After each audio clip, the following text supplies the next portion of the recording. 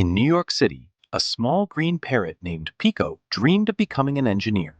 While everyone in New York laughed at him, Pico secretly repaired broken machines in his tiny workshop.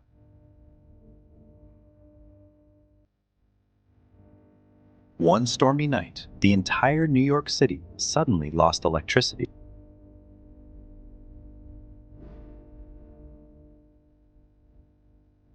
The best engineers in New York couldn't fix the giant power machine.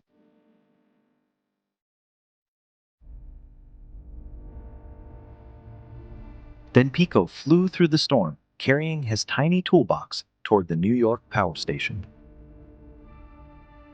In just seconds, the little parrot repaired the massive machine and restored power across New York City.